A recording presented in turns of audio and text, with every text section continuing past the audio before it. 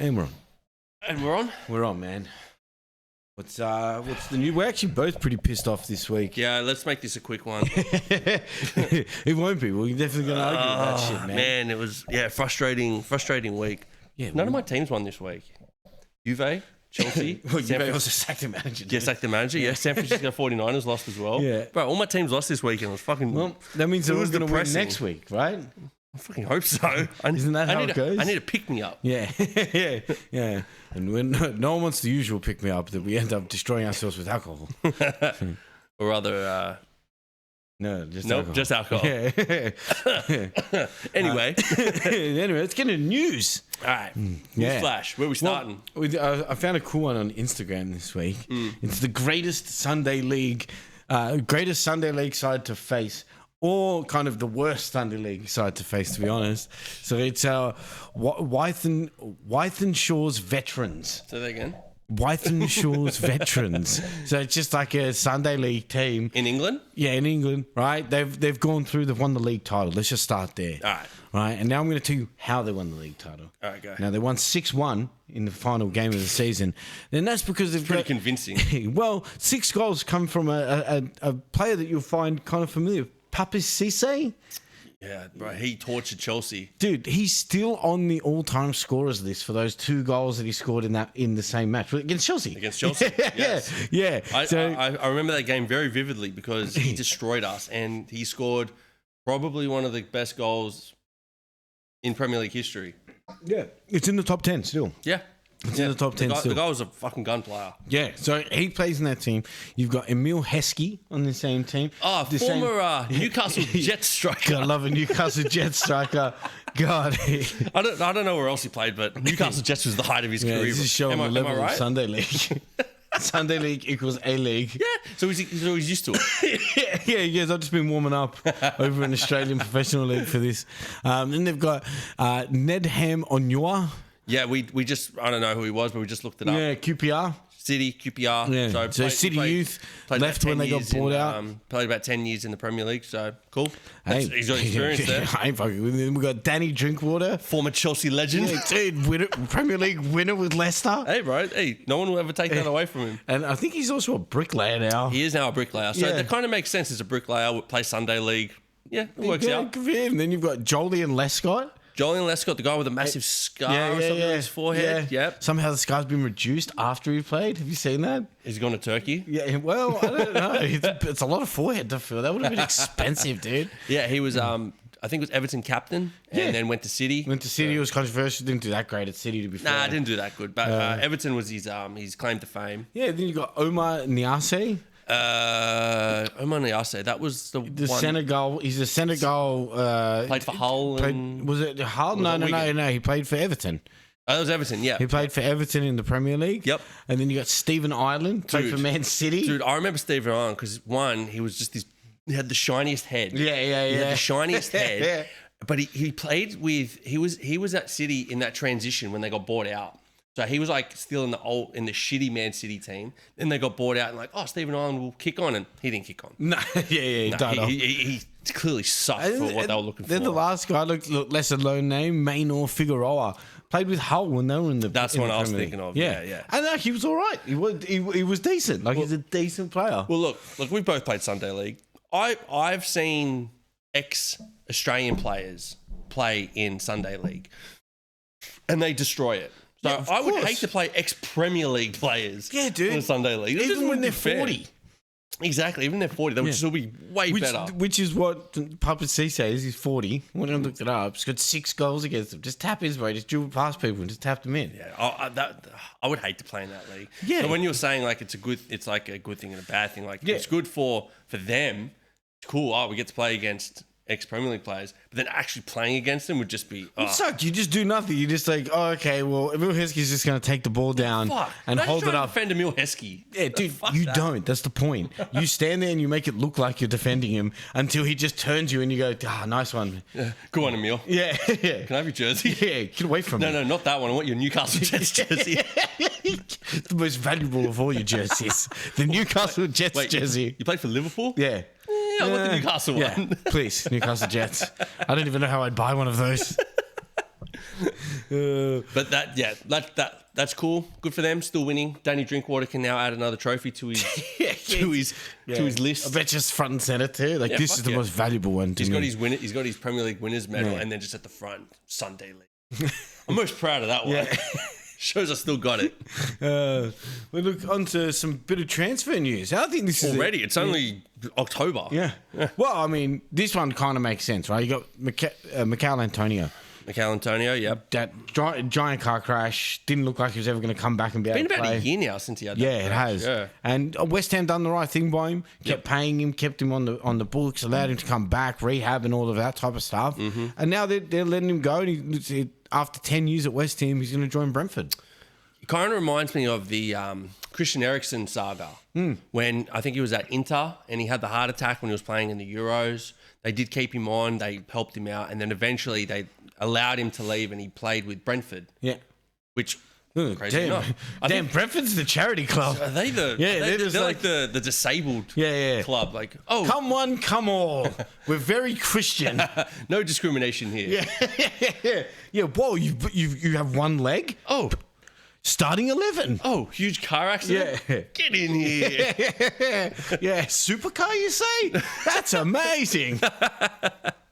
Look, I think it's good for Mikhail. I think he's probably tough getting back into playing in the Premier League, and maybe I think joining another team gives you that reinvigoration of like, I'm ready to play again. Like maybe just joining back in the team. I think if his fitness and if he got his kind of fitness and strength back to where it was, man, he's a dangerous player. He can suit Brentford. Yeah, I mean, front with Thiago. Yeah, Brentford's been playing well above what we thought they were going to do. Well, to be fair, I think, 3 episodes ago, we were talking about one of the worst defensive showings of a team that I've ever seen in the Premier League was Brentford. They were air swinging. There was an own goal. One of the worst games I've ever seen. Every time I've said to them, they have a terrible defense, they just prove me wrong. They just beat teams. They find a way to win, which we'll get into later. But they've been going above what I've expected of them so far. 100%. Yeah. So, I mean, look, I think he'll be a good addition in there in January. Is that confirmed or is that just rumor? I mean, he's not been put in a jersey, obviously, because he can't be. Yeah. But it seems pretty confident. It's come out from, I think, Bet365. Not Bet365. The EPL 365. Yeah. And it's called gambling on the website. Yeah, got a fat multi going at the moment. And then I think it's also been on Soccer News on Instagram. Okay. So it seems pretty legit. We'll see if he ever puts in a jersey. Yep. The other interesting one this week, Scott Carson's retired. Scott Carson sounds like a plumber's name, but... Dude, he kind of was a plumber. Please explain to the people who Scott Carson is. Dude, Scott Carson's the greatest third-string goalkeeper in the history of the EPL. No one sat on a bench and gave the team spirit like Scott Carson. So you're saying he's like the smartest kid on the short yellow bus? Let's put it this way. He has more trophies than he does games played. That's crazy, bro. Yeah, he's got 11 trophies from his time at City. I can recall 2 times that he ever took the pitch. I'm assuming it would have been like EFL Cup game. Just injuries. Like people got injured and he had to just come on. He must have been like, fuck. Yeah, he's just there like, well, I'm not warm, man. Oh, yeah. Me? Me. Yeah, fuck. Yeah. What the I'm the goalkeeper? Oh, fuck. Like, he just forgets his position. He's just there. I'd rather that fat guy that was at the Sunday League game with a pie in his hand than Scott Carson. He was ready. This Scott Carson, I don't trust. He was ready and he's also hustling, which I respect with that fucking meat pie. What a legend. But yeah, greatest third goalkeeper of all time. Oh, I mean, it has to go down. He's you know who he is? He is the definition of when the group does all the group work in a school project. Yeah. And he did nothing. He's there. He's like, whack my name on it, fellas. So it's Carson. Carson. Yeah. Throw me on there. They're always like, hang on a second. You didn't do anything. Yeah. Hey, remember when you guys were doing all the work and I was behind you going like, fucking go. Go team. Yeah. Like, you guys are awesome. Team. Yeah. Yes. I'm Scott the project Carson. Manager of Man City. Scott Carson. Scotty C. No, good for him. He's going to retire with 11 trophies.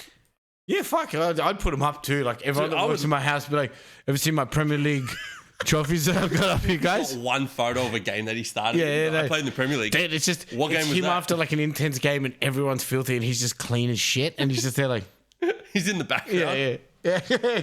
No, there I am there, and it's just him just going Just see like up to here. because it's so cold. He's just got that. Scott.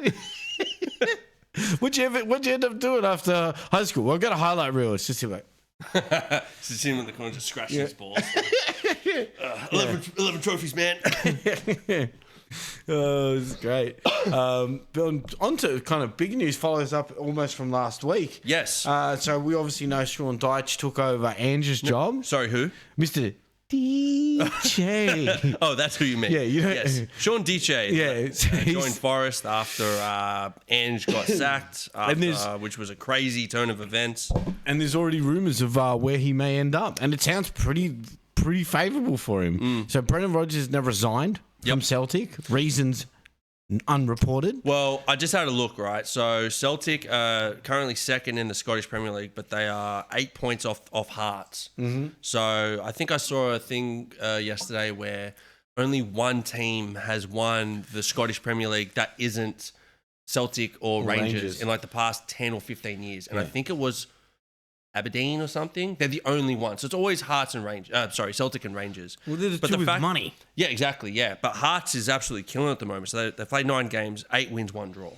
Right. Celtic, 5 games, 2 draws, 2 losses. So they're 8 points behind already.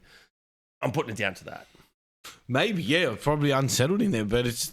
I mean, if Ange goes back there, he had a fantastic manager's career. He won the treble. Yeah, won the treble there. So maybe he turns it around. That'd be it'd be a good homecoming for him. If I was Ange, I would be a little bit worried that you're taking a backward step. But look, he's not going to get another Premier League team. No, but I just thought you said it before. Juve just sacked their coach.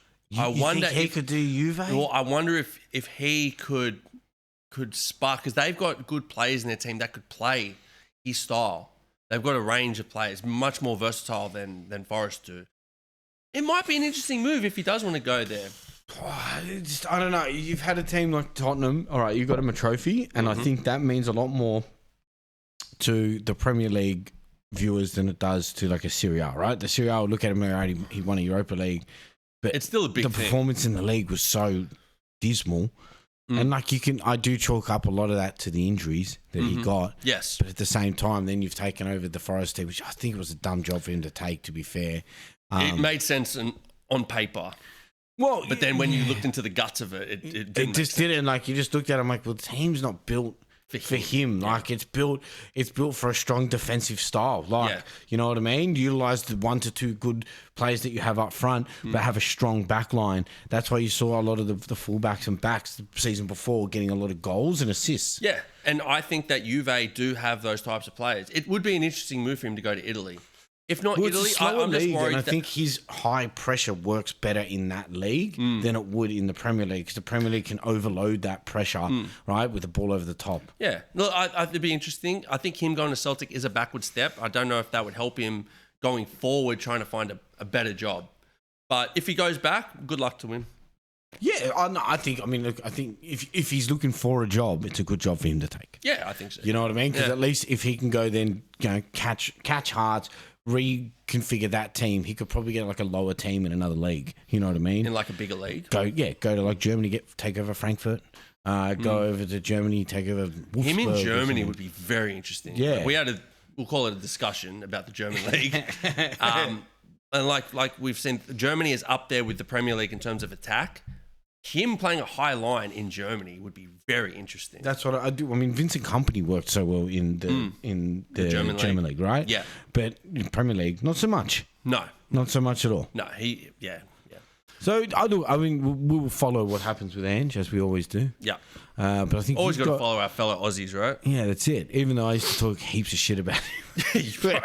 Dude. You were the biggest hater of Ange. Yeah, prove me wrong, but at least I can change my mind. He did change your mind. Yeah. The guy won trophies everywhere he coached. Yes. Brisbane, Melbourne, Japan, Australia. Yeah, I just didn't agree with what he did Scottish. with the Australian team. I loved what he did with the Australian team. It was fucking great. You would. Yeah. I just sack all the old cunts and you just brought in a whole new young bunch of players and they won the Asian Cup. So, anyway, You've got a piece of news for us before. Yeah, I'm actually doing my bit in the news department this time. Over the weekend was the El Clasico. It's always fun. The biggest club game in world football. And there was a lot of talking points. So look, Real Madrid won 2-1.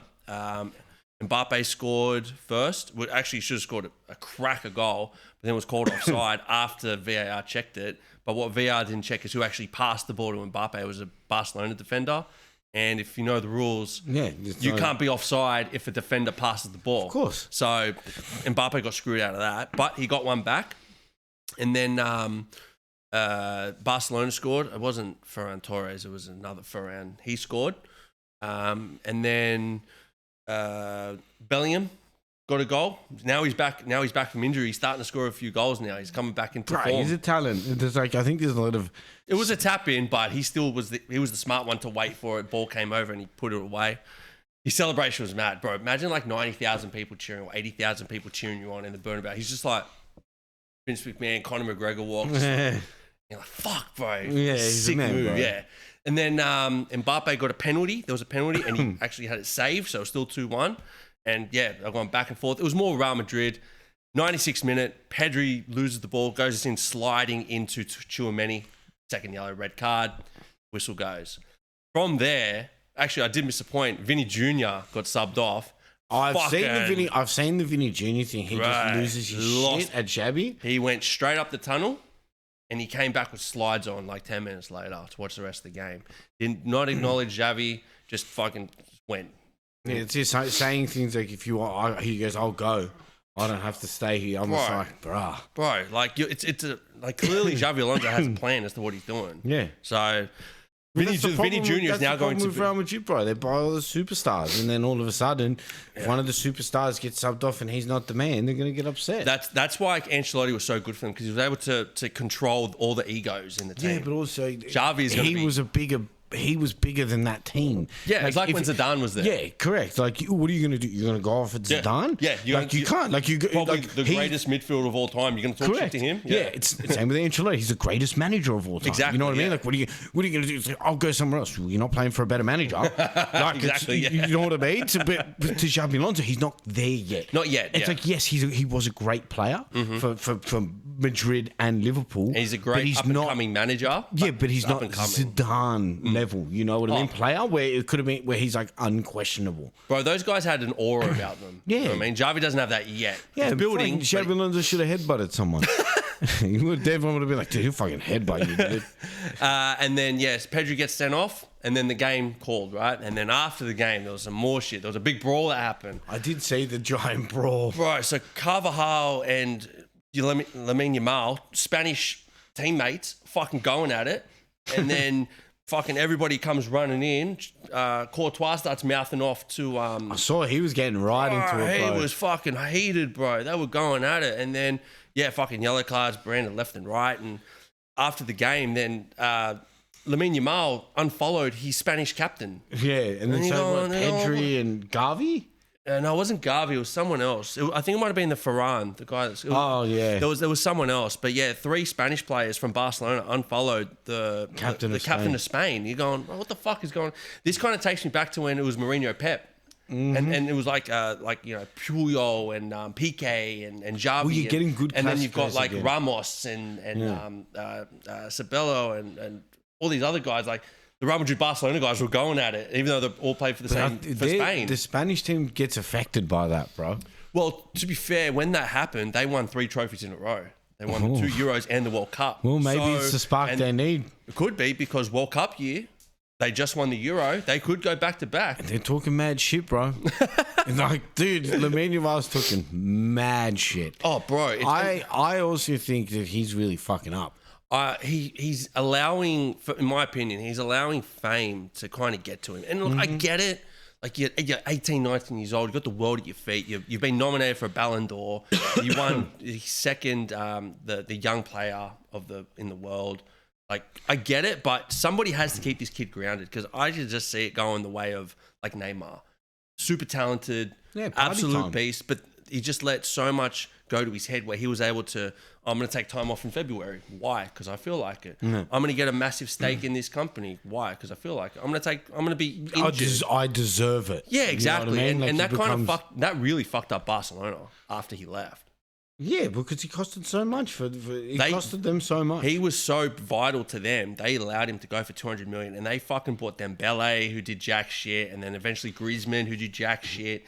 They went out and bought all these players for big money, and it totally fucked them up for years. Yeah, well, they're still fucked up. I have a bad feeling 138 million in debt. Yeah, exactly. They're still got to pay all these players. I've got a bad feeling they could go down the same path again. Well, I mean, yeah, if he keeps acting like a fucking fool, because it's just like you can act the fool, but you got to win.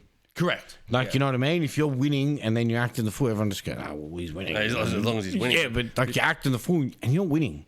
Exactly. You know what I mean? Like Jude Bellingham's better than you. 100%. Like Jude Bellingham's way better than you. He's not acting the fool. Yeah. You know what I mean? He's an absolute beast. His parents are.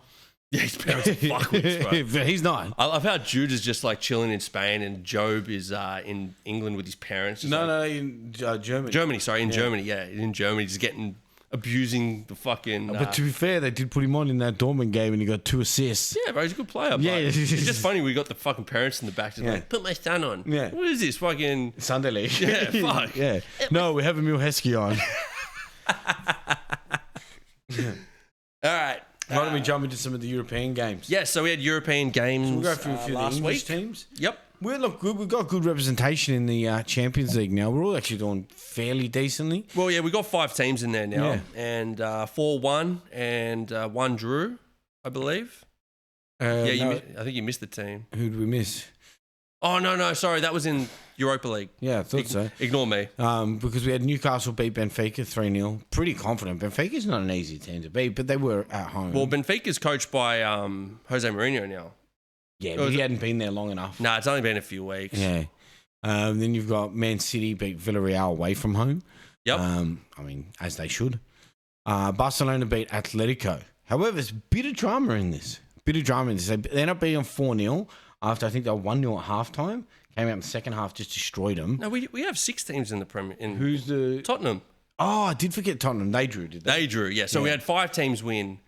And 3 and 1 draw, yeah. So easy. I don't want to talk about Tottenham. I will get into Tottenham later. Yeah, but yeah, so Atletico has put a protest forward to UEFA after the Arsenal game. Have you seen this? Because Arsenal something about showers, cold showers. They only gave them cold showers. Only gave them cold showers, no hot showers, and apparently now they've put forward like a dispute to UEFA about cold showers. What are they going to do? Fucking dock Arsenal points because Atletico didn't get a hot shower. We're reversing the wins, but they're like... Arsenal's banned from the competition. Yeah, Liverpool go to Galatasaray and they literally have fans outside the hotel the entire night shooting fireworks at all of the windows. It's like 2-3 in the morning. Yeah. It's like, bah, bah, bah, bah, bah. With giant speakers playing. And I'm like, bro. Oh, well... Fuck, yeah. They're fuck playing in Turkey, bro. And they're going, wow, we hate cold showers. Yeah, come on, bro. Chill out. There's levels to this game, all right? Then you guys had you versed a 10-man Ajax. Yeah, look, they got the red card. Your teams love a red card, eh? Bro, there's always red cards in that team. You're either getting them or giving them. On, bro. But look, they got a red card. We dominated after that. They got a pen for their goal, but it's pretty comfortable. Then we had Frankfurt. We beat them away from home. Before we move on, I just wanted one stat that I want to bring up in the Chelsea game. Yeah, go. First team in Champions League history to have 3 different teenage scorers. Very, very happy with that. Well, you have to. That's all you got in your team. Yeah, exactly. Yeah, but we're the first team to do it. Good work, Mark Gee, Gittins, and Esteval. Well, Gittins getting a goal's good. Yeah. Look, Esteval getting a goal. Gittins that goal. Gittins that pussy. That's my... I know it's your name. I'm reporting it. I was going to... Fuck off, cunt. I'm reporting your name, dude. You would, you snitch. Yeah, you snitch rat fuck. If you're first in the league by the end, I'm reporting week 37. Yeah, I'm like, report. It's like, I win. Oh, bro. Actually do it. That'd be funny. Because I'm taking a screenshot and I'm counting all the fucking stats myself, bro. Fuck you. Nah, it doesn't count if it's not in the system, bro. Then we have the Liverpool. We managed to get a win after 4 games. You had 4 games, Four game losing streak. Get a win against Frankfurt. Good win. Wirtz gets 2 assists. Bloody Finally. Yeah, well, I mean, I wanted to say dominated the game. And I mean, you then won 5-1, so I wanted to see Ishak get a goal. He ended up getting an injury. Fucked, bro. We can't win. I feel like Gravenberg got an injury, rolled his ankle. We said this last week. We said I think Ishak should have taken off the time up until the international break. He doesn't seem fit.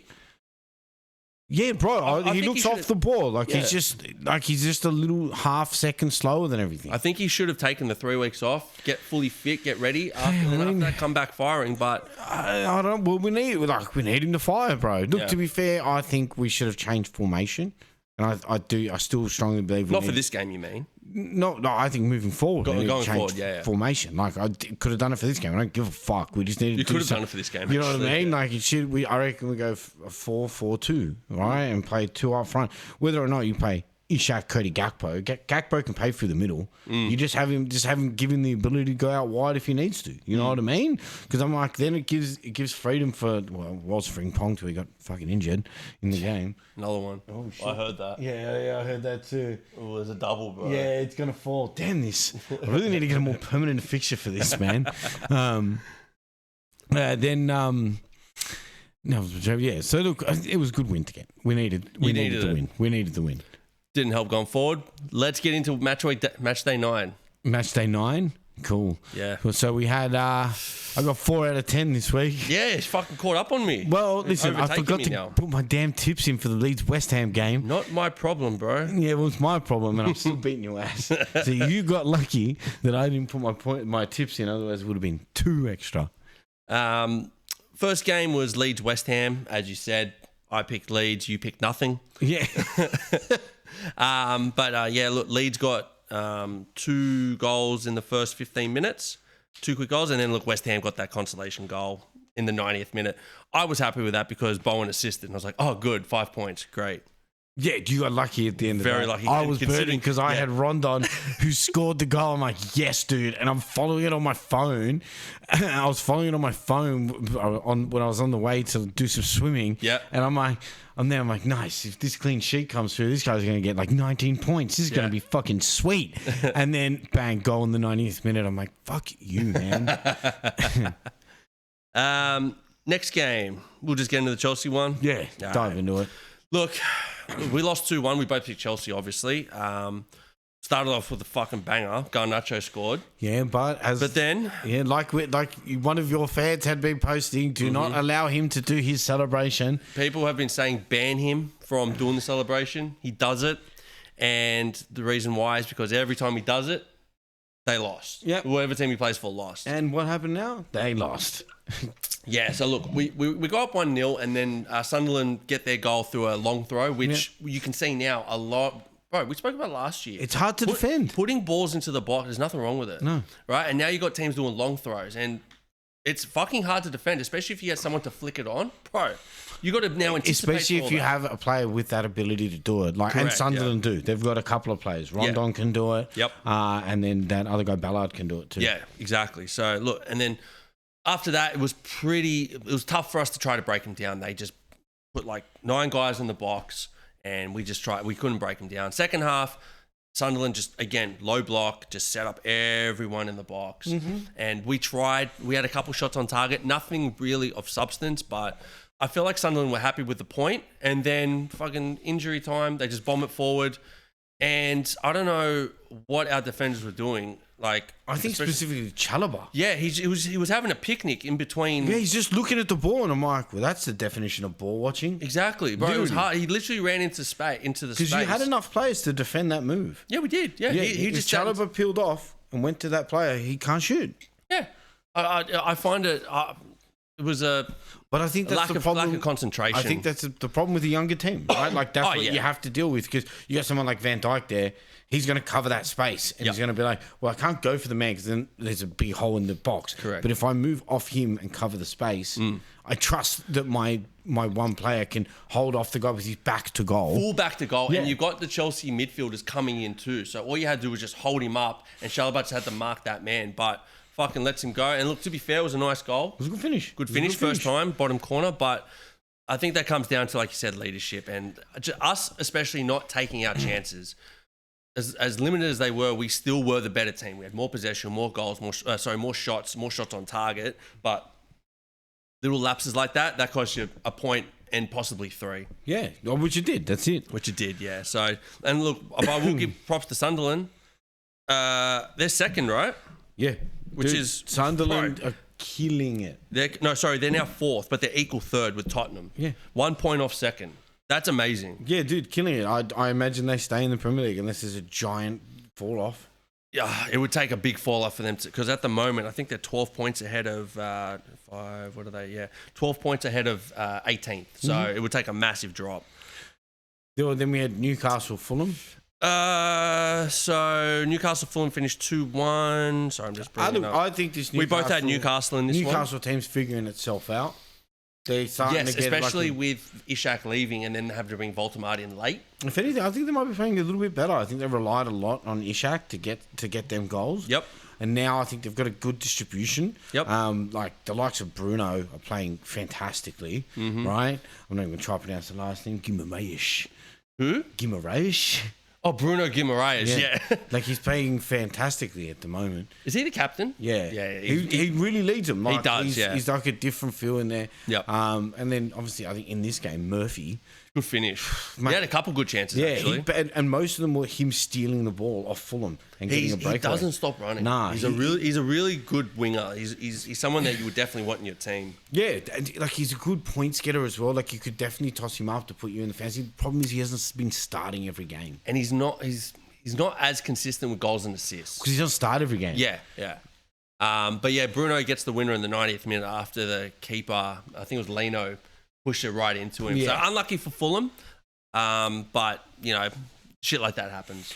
Yeah, of course. Yeah. Then we had probably the most riddled with questions game of the week is Man U Brighton. Yeah, so look, you had Man U and I had Brighton, so good pick by you. But to be fair, Brighton nearly got him. Yeah, and to be fair, they probably if the whistle went the right way, yeah, Brighton would have been a different game. Well, I'll let you take over for this one, but there was a lot of controversial. Yeah, controversy. Sorry. Firstly, Cunha's opener's a beautiful goal. Bro, yeah. Does that open his account? Yeah, that's his first goal for Man U. So he's off the mark now. Nice. Could be a dangerous player. Yep. Then we had Casemiro's goal. Now, this is one where I'd speculate because the Brighton go to play the ball out. They get caught with possession. Shaw comes in for a tackle. Ball gets lost. Now, I'd argue that, he does get the ball first. But in the lead up to, in the aftermath of the tackle, grabs the player and throws him to... Knew that was going to happen. We did know that was going to happen. We were expecting, and still it shocked us. Then he pulls the player down, right? So he's no longer in the play. I'm like, it's a foul. And like VAR doesn't intervene to say that it's foul because it doesn't really relate to the play. Because it's off the ball? It is off the ball. He does make a fair tackle, but then continues. So if the ref called it, you're like, off the ball, foul. Yeah, because for me, if you're just watching the game, regardless of the goal, you go, well, that's a foul. Yeah. Right? And then it just seems like he just moved on with the play. He wasn't... And the way that the commentators were saying it in the game, they're going, he's not looking to give... He's been consistent without giving these softer fouls. And I'm like, okay. Okay, yeah. Okay. As long as he's consistent. Understand that. However... Then the second goal for Mbembo's goal. Now, this is the second one. The third one. The third goal, so the second foul. Second foul, yeah. Right, for Mbembo's goal. Shaw comes in, the player beats him. He's pulling his shirt. Ruder, yeah. Yeah, pulls him down. They get the ball, go back down the other end, and Mbembo scores. Yes. How VAR doesn't step in and give that as a foul. Well, it went to VAR, and they said it didn't, Shaw wasn't affecting him, or he didn't get it wasn't a strong enough of a foul. Yeah, but if you look at it, he's got it. You see the jersey getting pulled, and you're like, okay, so if you see a jersey pull, that's a foul. You can't just start. Well, when we get to the Liverpool game, I'm going to discuss the complete opposite of that for VAR. Yeah, I did see that. And I did think as well, because even the commentators were like, I think it's going to get pulled back for a foul. Everyone thought it was. And they're just like, no, it's a goal. And you're like, oh, fuck, okay, whatever. Yes. But then, to Brighton's credit, they come back. So it's 3-0 at this stage in the second half. They come back to 3-2. Welbeck gets a free kick. In the process of that, and again for another VAR. So this is at 3-0. Yeah, Yep. You've got Welbeck, right? He does score the biggest worldie of a free kick. However, I don't know if you saw how he got the free kick. Brighton players going one-on-one, like he's ahead of Dorgu. Dorgu just takes him out. So, yes, I did see that. Now, I do agree, now, just so everybody knows, he was last man, okay? He's gone one-on-one. What I think VAR and what I've seen on comments have said is that Welbeck hit the ball too far where he wasn't going to get it before the keeper, so it's not a goal-scoring opportunity. But I thought if it was last man, irregardless, it should still be... Well, because, I mean, all right, yes, to judge whether or not you can get to the ball, but it's the same thing in the... So you're essentially saying, I'm not giving him a red card because I don't know whether or not he could have got the ball. So anytime someone's going through and they touch the ball a little bit far, just angle tap them. Yeah, because exactly, yeah. You know what I mean? Like, it's just... He's taking the player out and he's stopped him from getting the opportunity that could come from a goal. That's what you're saying. Yeah. I'm like, I could appreciate it, like but it happens in the box. That's a penalty. Yeah, you know what I mean? Like, yeah. so I failed to see how it's not a red card. So when you're saying like if the whistle went Brighton's way, it's those little things. That's what I mean. That's three there. Yeah, and that takes it to 2-0, right? There's a red card there, free kick. Maybe he scores it, maybe he doesn't in that universe. But it still gives them a whole run of only at 2 goals with 10 men. It's considerably easier to score 2 than it is to score 3. Yeah, you know. So, yeah, I think that they were hard done by. Yeah, no, I think so too, and especially the way they came back. Like you said, Welbeck gets his free kick on his Old Trafford return. Again, he's super consistent on Brighton. Just scores every now and then, but it's enough to be like, oh, Welbeck's still here. Yeah, he gets 10 or 12 goals. Yeah, that's it. Great. Kustolas then scores off the corner, makes it 3-2 in I think it was like the 90th minute. So there's still like 8 minutes of injury time. So Brighton had a chance, but then Mbeumo gets his goal, kills it in the 97th minute, and Man U win 4-2. Yeah, a good win for Man U. Look, if you're looking at it, like I woke up to it and I saw 4-2, I thought, oh, Man U must have smashed him. But when you actually watch the game, Brighton pushed them right to the end. That's all. Like I think, yeah.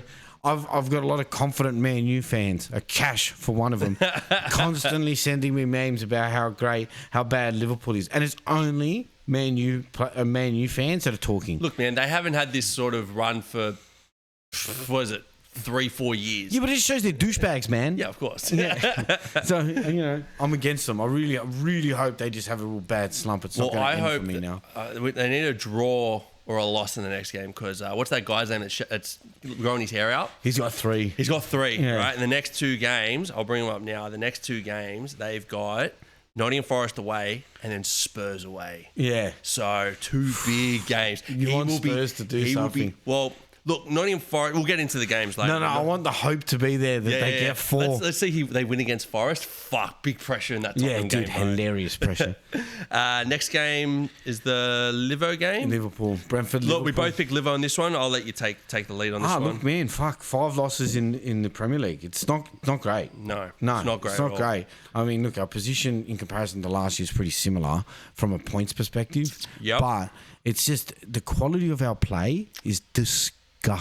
So it's not 5 in the Premier League. It's 5 out of 6 because 1 was in the Champions League. Yeah, so 4 in the Premier League. 4 in the Premier League, yeah. So, but it's not those. All right, we're losing because teams have figured out that a low block with a long ball is quite effective against us, right? Definitely, yeah. Which is what happened. And then, like, as much as Stoke goes, this is really hard to play against, and they don't do it to anyone else. It's like, okay, but you got to figure it out. Correct. Like we can't sit there going, well, you can't just every week say the same thing. A low block with a long ball, it's too hard to play against. With the team you've got, you should be able to work out how to to break it down. Team we got, it's just the level that you've built the team to. Yeah. We now have to. That's what teams are going to play against us like. All right, and then in the Champions, you're going to have teams open up. Galatasaray didn't do it. Right? Like, you've got to figure it out. So Brentford come in early with a long throw goal. Like now, you said, this pissed me off because, one, Brentford does that. Yeah. That's what they've been doing. And at the opening of the game, they were pressing us hard. good for them. But we like the ball goes to Conor Bradley. Fair enough. It's probably Mama had a shit game with his feet. He couldn't pass the ball, and he kept passing him out for throw-ins to them. And I'm like, now you're giving them the opportunities to do this. These are goal-scoring opportunities. Yes, I go. You need to keep the ball in play and not out for throw-ins. Or at least I'd rather give him a corner. Or at least if you're going, just give him a corner. I'd rather give him a corner. Or at least if you're going to like clear it further up the pitch, where they can't just throw it away. In. Just because you're going to Conor Bradley, and like I like Conor Bradley defensively. Yes, I think he's strong defensively. The problem that he has is that his passing is not at that level. So he was miscontrolling the ball at occasions, and then the ball goes out for throwing. Then I'm like, fuck, like stop the throw-ins, because that's what's putting us on the back foot, slowing the game down. We need to speed it up. And then we saw opportunities, right? Like when we started to speed the game up, we started creating. But again, they've got 10 men behind the ball. Correct, yeah. They weren't even bothered putting someone up front. They had Thiago like between the halfway line and the 18-yard box, just kind of sitting there. But everyone else is around the 18-yard box. And even sometimes he would push back, and they would just go to fully defend it, and they would just have it. And I'm like, I don't blame them. It's a good tactic. They get a counter attack. Shada scores. It's a second goal. It was a great ball by whoever put it in. Yeah. No, again, yes, because we have to push so hard, which we shouldn't have to do that early. He gets the second goal. We get a bit lucky. Kirkes, who had a shocking half, like he was just lost on the field. Was he playing as a left back or like as a centre back? Left back. And the problem is he likes to bomb up. He does, yeah. He likes to bomb up. And that's how he scored. Yeah. He's bombed up, and then ball comes across, he taps it in. Yep. Good goal. And I will say you guys were lucky to be only 2-1 down, because they were the much better team in the first it's half. not like I wouldn't even, like, I'm not going to say that we got, like, that Brentford played good. I think we played shit. Yeah. We couldn't link passes together. Yep. Right? I don't think we linked 5 passes together unless it was through the back line. Yep. Almost the entire game. Nothing. It was just, there's no service going through the middle. They're all confused with each other on how they want to play. They're all playing a different version of football in the middle, and there's not enough service going to the strikers. Yep. Right? And it's like killing us. And then, not much happened. We came out in the second half, and Gakpo has an opportunity for a penalty, which I think is a penalty. Right? The player steps across him, doesn't get anything on the ball. Is Gakpo the ball like running to the keeper? I haven't seen it. So. He's cut from outside the 18-yard box on the left. Yep. Inside as he does, trying to take his touches to line up for a shot. Player steps across to get the ball. Yep. Right? Bang. Touches his leg. He goes down. And then the ref just goes, play on. Shout us for a penalty. Nope. Go down the other end. And that's when I go, the softest baby shit fucking penalty. It originally gets given for a foul on the edge of the 18-yard box. Yep. And then the VAR steps in out of like nowhere. No one's even like going to VAR. The Brentford players aren't even asking for a penalty. No, they were ready for the free kick. Yeah. Then they go, oh, actually, just hold on. We're just checking this. It's actually on the line. That's a penalty. And I'm like, so hang on. You looked at the Gakpo one for 2 seconds, and then at our end, you're like, oh, hang on a second, guys. It's on the line. Yeah, look, I will check out the Gakpo one, because I'm very interested to see how that actually went, because I haven't seen it, because all the highlights, all the reports, I didn't see one thing about the Gakpo one. Yeah, for me, I was watching the game and I just went, that's a penalty. Yeah. Like he steps across him. And then Salah finally gets a goal in the 90th minute, or the 89th minute. 80 something minute, yeah. Yeah. 89th minute. Do you reckon it's because he got the ball? I don't see him get the ball. Okay. Like Gakpo takes the touch out wide and then he steps across him. Yeah, okay. Yeah, I'm just having a look. Yeah, it's all steals. Yeah. Anyway, sorry. But look, disappointing loss. We have to figure it out, right? Like we shouldn't be in a position where we're chasing a game against Brentford. And look, it's not. And again, look.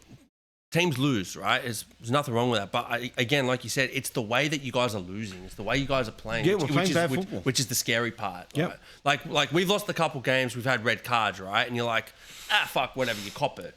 But when you're losing, like Brentford were the better set up team for that game. Yeah, they knew what their system was. Correct. Yeah. And they executed it perfectly. Yeah. Slot didn't have a solution for this. Yeah. Now, my problem with it, I get it when you lose a game like this. Yeah. Right? And then you go, fuck. We need to learn from that. Yeah. Yeah. It doesn't seem like he's learning from it. And that's the issue that I'm having with it. I'm like, he keeps putting out the same team.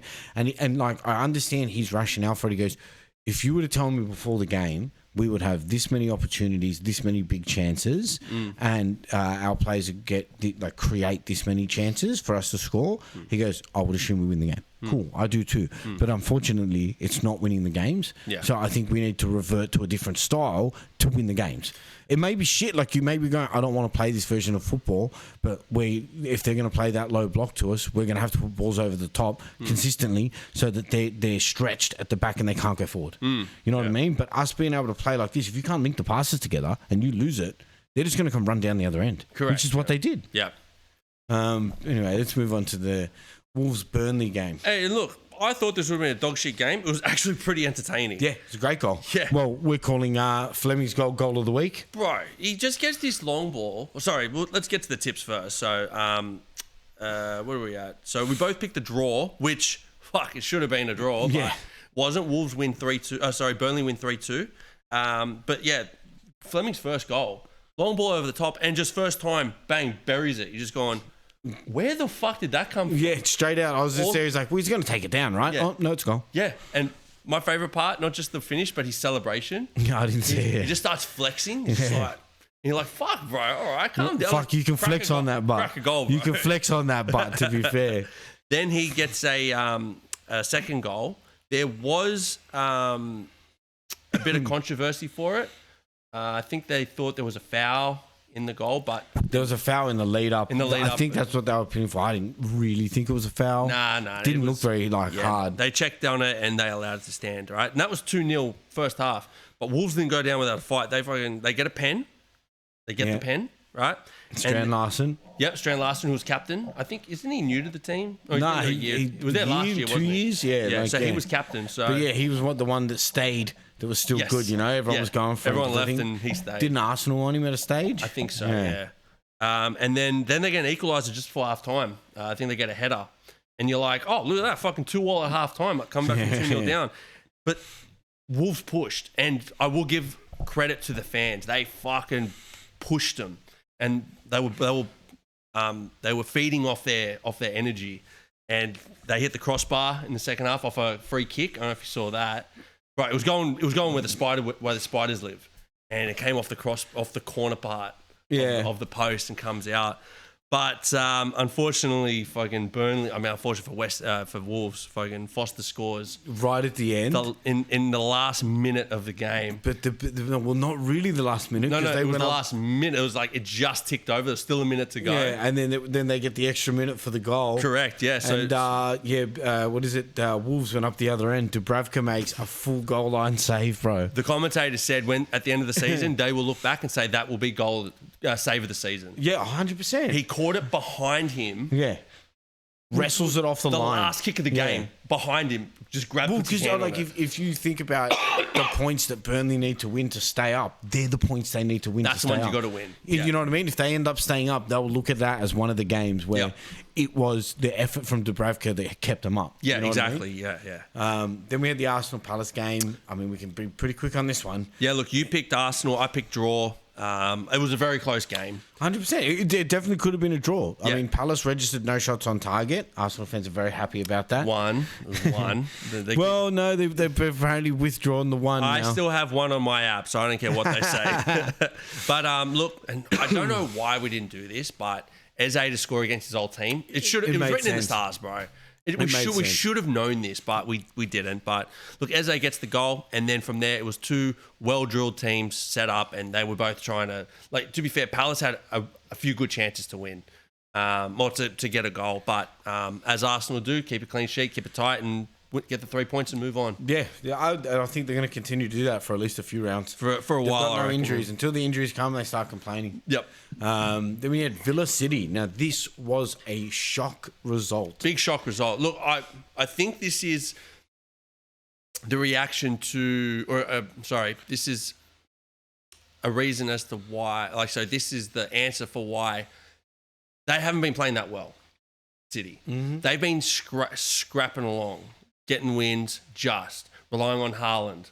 They shut Haaland down. This fucking Villa shut him down. Yeah. Well, I think Emery played a great system against them. I think it really pointed out the weakness is that if you can lock out Haaland, Yep. they haven't got many options there. There's no one behind that's helping. Like in previous years, like they you had KDB, right? Well, yeah, in previous years they had KDB who was on fire, or they had Foden when he was in form, not last year, the year before, Yeah. or even Bernardo Silva was ticking in with goals and assists. But this season, I mean, like Marmoush is injured, Rendiers, he wasn't really involved in this game. No, Other games. Well, I think again that's because Haaland got locked out. Rendiers finds it easy when Haaland's got space. Yeah. Right? And Haaland couldn't get space. Yeah. And if Haaland doesn't get space, very hard for him to score. Hard. Clearly. But again, it's not an easy task to do. And I think we had a close runner-up for goal of the week as well. Well, right? this was your runner-up. Yeah. Yeah. Matty Cash. Matty Cash. It's a huge guy outside the box. I had him in my team, and I took him out at the right time because they sucked for a couple of weeks, but he came back with a fucking bang. Yeah, dude, it's a great goal. I mean, our leading point scorer this week had Matty Cash in his back line. We'll get into that. Don't worry about that. But then we had Pau Torres. How close was the own goal? Bro, how did he do that? Oh, dude. He's actually looking at the goal. The ball comes across and he just goes over the bar. Yeah, and he just goes, oh, shit. Like, you can see in his face. He's just like, yes. Yeah, dude. The other point I wanted to make was Haaland did score, but it was offside. Offside, yeah. And then see him smash the post. Yeah. Fuck, he connected with the post, bro. Dude, it would have hurt. His ass went straight into it. Got plowed by a big-ass pole. BWC, I think they call it. A big white post? BWP. BWP, yeah. We'll do the Bournemouth game next. Now, this was another point in the Villa game before we move on. Jadon Sancho. Okay, I am now going to defend Jadon Sancho. Okay, I'm defending him in this one. So, Jadon Sancho got subbed on in the 28th, or you got 34th minute there. I think Buendia got injured. So he came on, right? But then he gets subbed off in the 72nd minute. My reason, look, it is embarrassing getting subbed on then subbed off, right? But I feel like this was more of a tactical thing. I think potentially he didn't play a terrible game. He had a couple chances. He made it in the box. He had a good chance, shot, yeah, double shot. So like he didn't play terribly. Yeah, but it is funny if you look at it from just face value. It's like, oh, Sancho got subbed on and off. What a loser. Yeah. But when you look at it, they were beating City 2-1. Were they at home? Villa were at home, weren't they? Yeah. So they were winning 1-0 against City. At some stage, you're going to make a tactical change to try to shore things up. Unfortunately, Sancho was the one that was sacrificed, which kind of makes sense. You could usually take off a winger when you want to shore things up. Yeah, I get it. I'm still laughing. It's funny, but I am going to defend Jadon on this one. Next game was the Bournemouth Forest one. Now, look, this was pretty simple. 2-0 for Bournemouth. Forest had a couple good chances. Yeah. Gibbs White had a couple chances. I'm burning about this one because I went Semenyo captain. Oh, you captain trying to follow the non-trend of 93% of people captaining Haaland. I'm going to go Semenyo. I don't think Haaland can get a goal. Which is fair. Which was a great call. I did get one extra point. Yes. Yeah, I'm like, fuck, man. Look, your runner-up for goal of the week was Matty Cash. Yeah. My runner-up for the week, goal of the week, was Tavernier. Scored an Olympico. Anyone that doesn't know what Olympico is, it's when you score directly off a corner. Hey, it was great. It was direct. What the fuck is Sells doing? I don't know. He's just fucking waving in midair. It's like, oh shit! He didn't expect it. I think he expected the ball to come out, and then when it's come in so close, he's like, I don't know what to. Didn't know how to handle. Wasn't prepared. I don't know. It was a cracker whip, but yeah, look, Tavernier gets his Olympico, and then Krupi gets his other goal in the first. Which half. I think. I mean, he's having a great season. He's far anyway. It's 3 from 4. 3 from 4. Yeah, he's in a nice little purple patch right now. But yeah, Bournemouth go through 2-0. And then the last game, which I think was a bit of a shock result. I do too. I'm going to quickly run through this because I've got some burns going on inside from this one. So Everton Spurs, you picked draw and I picked Everton, so we're both wrong on that. But look, Van der Ven gets his first goal, 19th minute. Bit of a, I think Bentancur puts it back in. He scores. Then there was the O'Brien goal for Everton, and it was disallowed off the corner. Now, I don't know if you've seen it, but it's off a corner. O'Brien gets the header on, but because Ndiaye and Grealish are around Vicario... They're sandwiching the keeper. They're involved in the play. Yeah. Like, I can see the argument where you're like, well, they don't touch it. It's like, yep, but they're in the 6-yard box. But I have seen that before where keepers are getting smothered by an opposing defender and they allow the goal. They're not offside, though. Okay. Because they're offside. Like, it's not that they're fouling the keeper. It's that they're offside. Okay. And that's the problem. So I'm like, when I first watched it, I'm like, oh, it's a bit of a toss. I'm like, well, there's actually no players there to keep them onside. So they get done for being offside because they're in the 6-yard box distracting the keeper on an offside position. Yeah, okay. So I'm like, that's the reason that I saw it. I kind of agreed with it at the time when I saw it as well. Yeah, okay. And then look, Van der Ven, the fucking piece of shit, gets his second goal off. Well, I'll tell you why he's a piece of shit in time. Gets his second goal off a corner in injury time. Sarr gets the third goal in the 89th minute. But one other, Vicario. If Van der Ven didn't get Van der Ven got man of the match, Vicario was second. Yeah. He pulled off some cracker saves in this game. Piece of shit, because I had him on my bench. I've played him for like 3 weeks in a row. Ever since I've had him, I've played him. And then the 1 week I'm like, I think I might go the Burnley guy this week. I think Everton's going to score, and you're like, nah. Yeah. Fucking, because he made that goal line save off the overhead kick. From Beto's bicycle kick. Yeah, it was a great save. I mean, look, I had Poro. Poro got assist. That's nice. He got for you, 11 man. points for me. That's nice for you, man. I love that for you. Now let's get into why Van der Ven is a piece of shit. Well, you're a bit heartbroken, man. Bro, huge heartbroken. Yeah, what happened with your fantasy league this week? Look, I was below average, but to be fair, a lot of players were this week.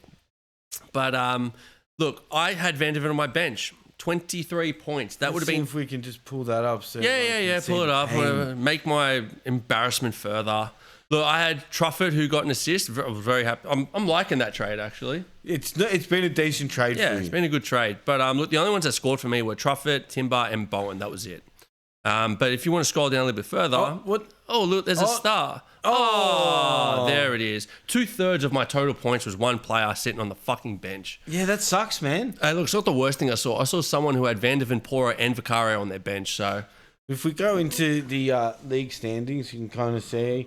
So, Stammer, world 11 himself, Mr. Confident, used his free hit this week.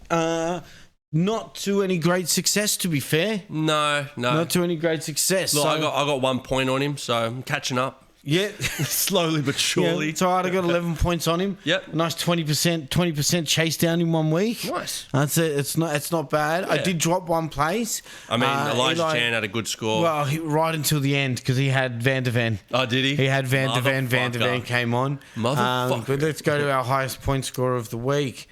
Mr. 79 points himself, Morris Lim. Shout out to Morris Lim. Yeah, shout out Morris. Let's see how his team went here. So he had Van der Ven in his team, Pedro Porro and Matty Cash. The double investment on Tottenham finally paid off for him. Finally paid off, yeah. He's been listening to your advice. Yeah. And he took it. Yeah. But you look at those three defenders, that's 34, 49 points. Right? Yeah. You're 49 points off 3 players. That's gangster. Mo Salah captained him too. Yep. That's some damn good faith. And look, must be a Liverpool fan because Frimpong Ishak kept on the bench. He is a Liverpool fan. Look. Yeah. Good guy. Great guy. You don't even know Morris Lim. Yeah, good guy. Really good guy. He's a great guy. He's probably one of the best guys. And then look at Cash, 40 points. Why are you going to bring Cash up? Yeah, dude, because listen, man, Cash has been bothering me, okay? He's been bothering me for a few goddamn weeks about Liverpool, and he's really starting to piss me off, man. We'll quickly look at my team, and then we can jump back over. So I didn't do too badly. Pedro Porro. Rondon wish he got that damn clean sheet, man. Yeah, Bowen kind of fucked you on that one. Yeah, Semenyo's captain. Grealish, Rendiz didn't do shit. Kudus, nothing but the clean sheet. So it was all Rondon, Timber, Pedro Porro. The only thing I probably could have done better was leave Vicario in goal and then get myself an extra 4 points. Yeah. And had 53. Hey, there's no 23. Let's put it that way. Yeah, listen. Yeah, I'm not as devastated as you. Oh, dude, that was heartbreaking. I woke up to your message like Van der Ven on the bench. I'm like, oh no. Yeah, oh no. I click on the game. It's like a double. I'm like, fuck you. Seriously, dude. fuck. Like, I've played him every single week. The 2 times I haven't played him, City clean sheet, Everton clean sheet and 2 goals. Well, yeah. Look. I'm gonna fucking play him every week just so he gets a fucking goal against him. The fuckwit. I'm sorry, bro. I can tell, man. I would have made a massive jump up to Stammer, had Yeah, if you had the 20 points, I you'd would have been literally... like 10 points behind. Yeah, I think they're 10 or 12. Yeah, 10 something or like 12 that. points behind him. Frustrating. But the other point is Chalati went and used his bench boost this week. Probably not the best week to use bench boost. We've got 60 odd points. It's still a good So score. he's climbing back up. He's making a resurgence. Considering the average was like 46 or something. Yeah. If you're getting 60, that's really Well, and then the other one's our number one hater, Nick Housius, the Greek elite, getting his act together. It looks like he actually remembered to do his team this week. Oh wow, I love that for him. But if we kind of look on to what's coming up, I think, look, top transfers that are coming into teams now are Mbembo, Mateta, Yep. Thiago from Brentford. Very underrated, I think. I think he's worth having, especially if you see a good, decent run of home games for Brentford. Yep.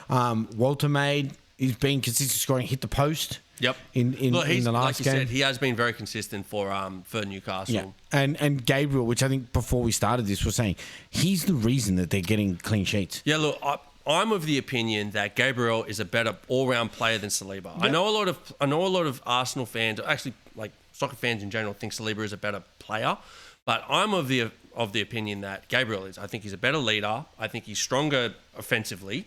I think he's a better defender. Like, you know, they're not far off. He gets more defensive contributions, right? And I think you mentioned this before we went on air that Arsenal look better when Saliba's away than when Gabriel's away. I agree. Yeah. I agree. They're much more of a threat because there's so many set piece goals, right? Correct. Yeah. He's great in set pieces. He's strong. He gets up. So strong. So in set pieces. I think if they were to lose Gabriel, which it's looked like for 3 weeks, he's going to be injured and then he ends up playing. Oh yeah. Whether or not that harms him in the long run, I don't know. We'll see. But look, he's worth having in your team. Put it that way. Yep. Then the top transfers out, and I think all of these have made sense. So João Pedro hasn't done much in 7 games. No, ever since Delap went out, which we all thought would boost João Pedro, he's really fallen off. Then you've got Rendiers. He's been taken out. And again, I've been tooting his horn. I've been saying he's a great player because he's so cheap. Yes. And he can include... But again, you shut down Haaland. He doesn't really have many options. Yep. Salah. He was number 1 last week and he's still third of people coming out. So people still have him in their team. And I think they're just slowly realising that he's too expensive. Because the thing with Salah is that he can just turn up, right? Like he could just turn up and start scoring a bit of goals. I mean, I've taken him out of my team. Personally. Unfortunately, we haven't seen him turn up since you guys officially won the title. Well, I mean, he's almost like a top tier stock when Trump puts the tariffs in. Wait till his price drops real low and hopefully get him for the back half of the season because at some point he'll start scoring. James Wisbicki O'Neill. Yeah. The stuck guy. And then the last 2 we had Kudus and Ishak. I mean, Ishak makes sense. He got injured. Kudus I don't really get. I feel like he's still playing well. Yeah. Ishak I totally get. Yeah. So, look, I think Kudus is probably the only one on that list we disagree with. Yes, I think so. But I'm still keeping Kudus on my team. There's more. I agree. There's different players I need to get rid of. Yeah, I'm going to get Vicario out of my fucking team. Then we've probably got let's look into this week and teams that are worth having players for. I think there's some difficult games. So look, Arsenal versus Burnley. I see that being like a 1-0, right? Look, because it's Burnley at home. Yeah. So I feel like defensively they're going to be very strong. Correct, I don't think they're going to open up against Arsenal. They're going to try and do a lot of long balls, stuff like that. Arsenal have been dealing with those all Arsenal season. will probably deal with It'll be that, a low block for them. Yep. I like the idea of Declan Rice getting something. Declan Rice, I think, is a good... Eze getting something. Gabriel. I think Declan Rice is a good Yuri shout. and Timber even. Yeah, hopefully Timber is in my team. Then we've got Brighton meeting at Leeds. Now, Brighton are at home, and I think that's why they'll probably give Leeds a lot of trouble. I think Leeds struggle more away from home. Yeah, of course. Yeah, 100%. But Brighton, I think, are just... The way they played against Man U, they didn't go away.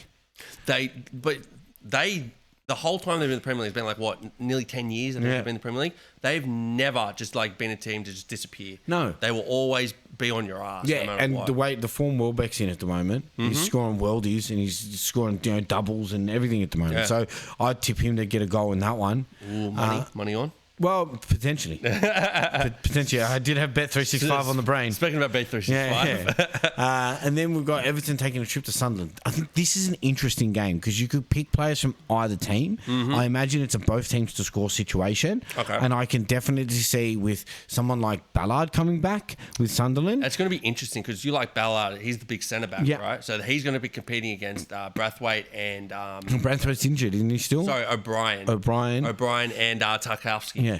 So I think it's going to be two big guys. So big guys, but again... Two big guys beating their mates, you know what I mean? Dude, listen. No homo. Yeah, with his wrapped up hand. Like he hasn't been beating his meat. Me beating So time. I think you can take multiple. I wouldn't go defenders in either of these teams, but I'd definitely take attackers or midfielders. Both teams to score, I think, is a good shout. I think so too. And then we've got for Fulham versus Wolves. I don't know how this goes. Anyone that plays Wolves, you're putting into that easy team. I think so. Like, right? but again, Fulham have the ability to show up. Who you'd pick from the team to put in, I couldn't tell you. I got one. It's Jimenez.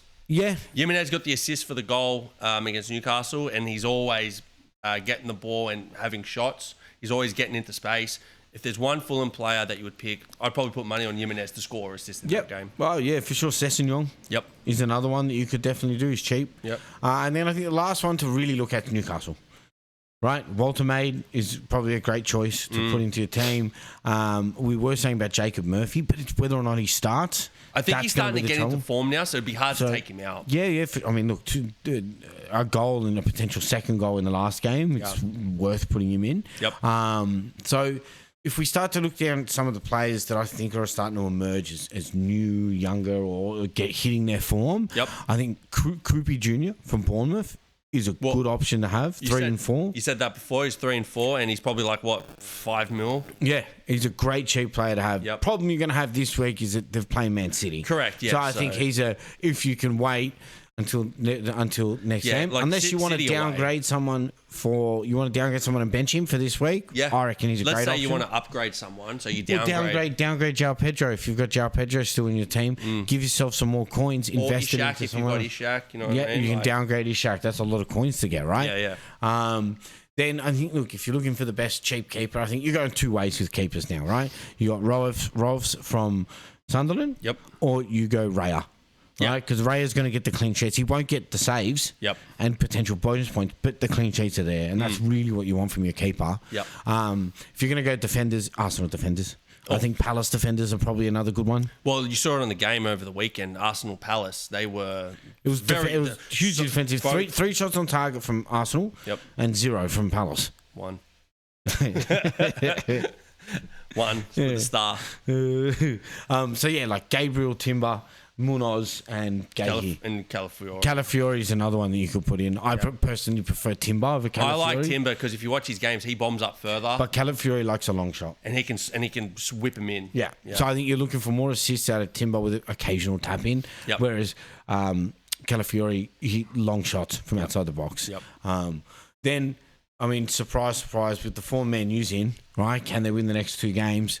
Is the question for old mate to shave his hair. But Mbembo is probably the most informed player at Man U at the moment. He's getting chances every week. Oh, yeah. And you look at their next, I'll give you the next 5 games. So Forest away, Tottenham away, right? So Forest is not in form. Tottenham away will be a good game. Then they've got Everton, Palace, West Ham, Wolves, Bournemouth, Villa. They're doable games for them. There's a few results in there. They could possibly win 3 out of 6. Yeah. Probably be a couple draws in there. You get 10 points out of 5 weeks. That's good. Yeah, 100%. So, I think Mbembo is a great option. And look, sticking with the Arsenal trend and the form that they're in and also the run that they're on, Declan Rice. It's funny because Arsenal are top of the league, but you wouldn't put one attacker in your team. Gyökeres wouldn't go in. No way. I was considering putting him in when they're on this good run, but bro, he doesn't score for Sweden. He barely put in any shots. Yeah. He just doesn't seem like a good choice right now. What are your other options? You've got Gabriel Martinelli. Okay, he gets the occasional goal, but he didn't even start. He's not consistent again, and then you've got Trossard who starts over him, and he's probably the same. Saka hasn't scored in a while. I think since before 4 games at least, right? Yeah. That he hasn't scored a goal or assisted. He had a good chance against Palace, but again, they're always shots from outside the box. Yeah, and the other option you got there's Eze, but he's more expensive than Declan Rice. Yeah, because Declan Rice takes the free kicks. I do think Declan Rice is a good cheap option as well. Considering the scoring and assisting off their free kicks. I'd rather the guy takes free kicks. Correct, yeah. Right? Like, if he's going to be whipping them in... Declan Rice. At least I get an assist. Correct, You know what I mean? And then I think the last option that's probably worth looking at, depending on their Sunderland, is Thiago. Look, there's probably 3 or 4 strikers that you could put in, right? So everyone will have Haaland, okay? But for your other options, you've got Mateta, you've got Voldemar, you've got Thiago. and you'd probably go look maybe and then Krupi as well, maybe Bowen. There's a lot of options you put up front. Just need to try to figure out because I think the options are I wouldn't be spending big money on your strikers. I think the big money needs to sit on defenders this year and midfielders. Yeah. Well, the big money is going into Haaland. Everyone has that. Then you just need to work around that, and there are a lot of good cheap options. Yeah. Well, I tend to agree because, like you said, right, Ishak, Ekitike is getting goals. I think if Ishak was to fuck off for like 3 weeks, I would put Ekitike in because he was scoring for you guys when he was starting. I think he has had the best start of any other new striker that's come into the league.